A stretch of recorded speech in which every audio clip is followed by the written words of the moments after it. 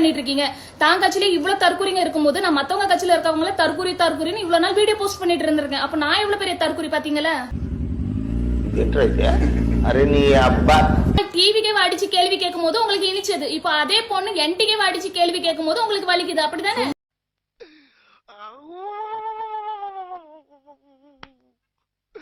இன்னைக்கு என்னெல்லாம் பண்ண போறாரோ.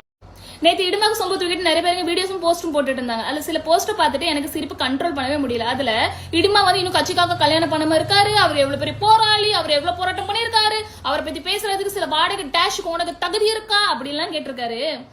தம்பி, ஒன்னொன்னே கல்யாணம் மட்டும்தான் பண்ணல, கல்யாணம் பண்ணாமையே எல்லாம் பண்ணிட்டாரு, இன்னும் பண்ணிக்கிட்டு இருக்காரு. சீமானா வேண்டான்னு சொன்ன பிறகும் உங்க நொன்னே இடுமா மன்னார்குடியில டெக்ஸ்டைல் ஷாப் வாங்கி கொடுத்திருக்காரு. அது மட்டும் இல்ல, மன்னார்குடியில ஒரு வீடு வாடகை எடுத்திருக்காரு.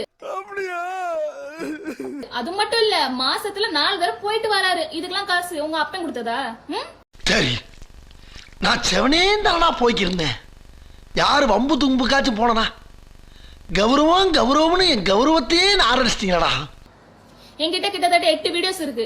இடுமாவை அடிக்கிறேன்னு சொல்லிட்டு என்டிகேவை ஸ்பாயில் பண்ணிட கூடாதுன்னு ஒரே காரணத்துக்கு தான் ரிலீஸ் பண்ணாம இருக்கேன்.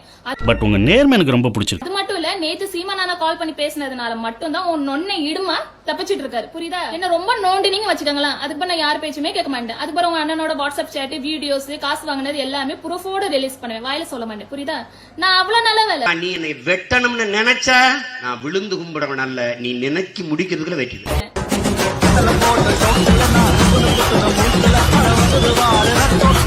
அன்புனா அன்பு, வம்புனா வம்பு. நீனு வாங்கன்னா நானும் வாங்கமே, நீ வாடான்னா நான் வேற மாதிரி சொல்லுவேன்.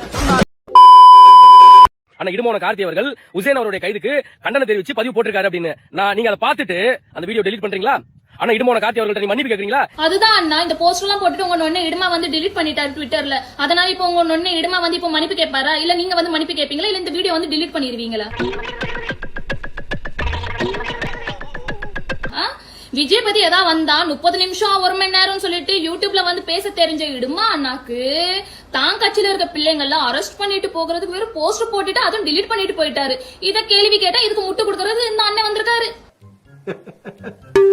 என்னடா நெக்ஸ்ட் பார்க்கலாம்.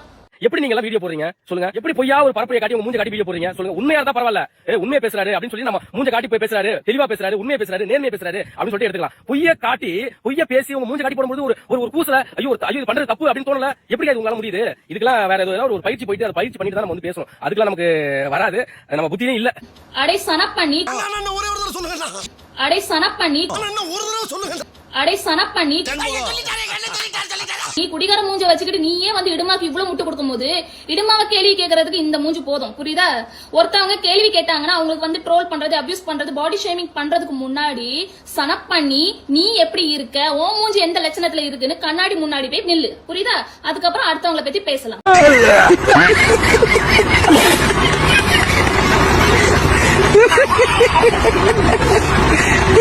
உங்க நொன்னனோட ஆடியோ வீடியோ அதுக்கப்புறம் நிறைய விஷயங்கள்லாம் செஞ்சார்ல, அதோட டாக்டர் பிரிஸ்கிரிப்ஷனோட உள்ள வரேன். அதுக்கு என்ன முட்டு கொடுக்குறேன் நான் பாக்குறேன்.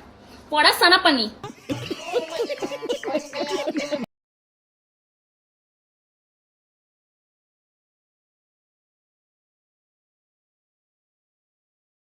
ஏண்டா அன்னைக்கு என்ன சொன்ன? நான் உதவாக்கற இவனை காலை கழுவி குடினியே, இப்ப நான் உதவி செஞ்சா என் காலை கழுவி நீ குடிப்பியாடா? நீ கேட்ட ஒவ்வொரு கேள்வி என்ன செருப்பால் அடிச்ச மாதிரி இருக்குடா. மாதிரி இல்ல, உண்மையிலே செருப்பால தான் அடிச்சது.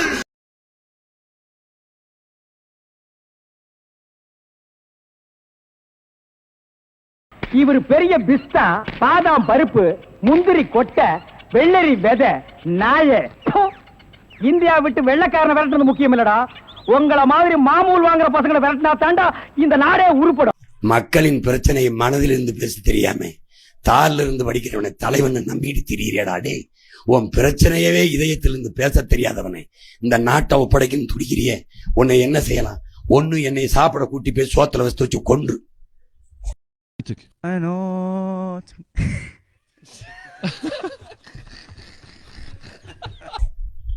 கொன்று நிம்மதியா என்னை சாக விட்டு,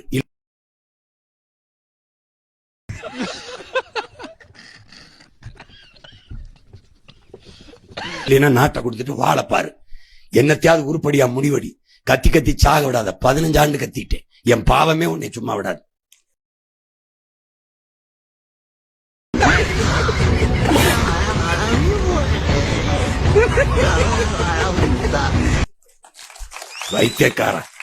வைத்தியக்காரா எத்தனை ஆண்டா கத்துறது?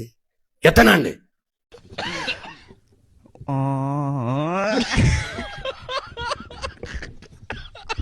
கத்தி முடிச்சு தேர்தல் முடிஞ்சு போனா டாக்டர் கூப்பிட்டு உள்ள குழாயை விட்டு காட்டுறான். அங்க பாரு என்ன பாடுபடுத்தி வச்சிருக்காங்க. புண்ணா இருக்கு. இப்படியே பேச்சுன்னா புட்டுக்கிட்டு வந்துட போகுது. பைத்தியக்காரா இங்க பாருடா, 4 மதில் அந்த சுவர அது என்னடா சின்ன இதுதான்டா, இவ்வளவு போட்டு அடிச்சு புண்ணா இருக்குது. 2 மாசத்துக்கு பேசாம இருக்கணும்.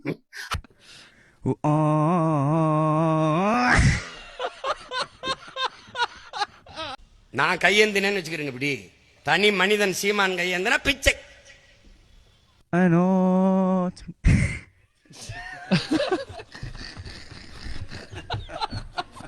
ஆனா நாடே கையேந்தினா அது இலவசம்.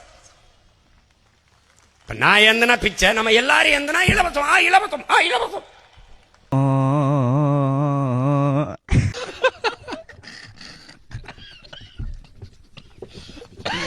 பெரிய திட்டம். அது திட்டம் இல்ல, பல லட்சம் கோடி நட்டம். இது ஒரு திட்டம்னு பேசி பீதி திட்டான்.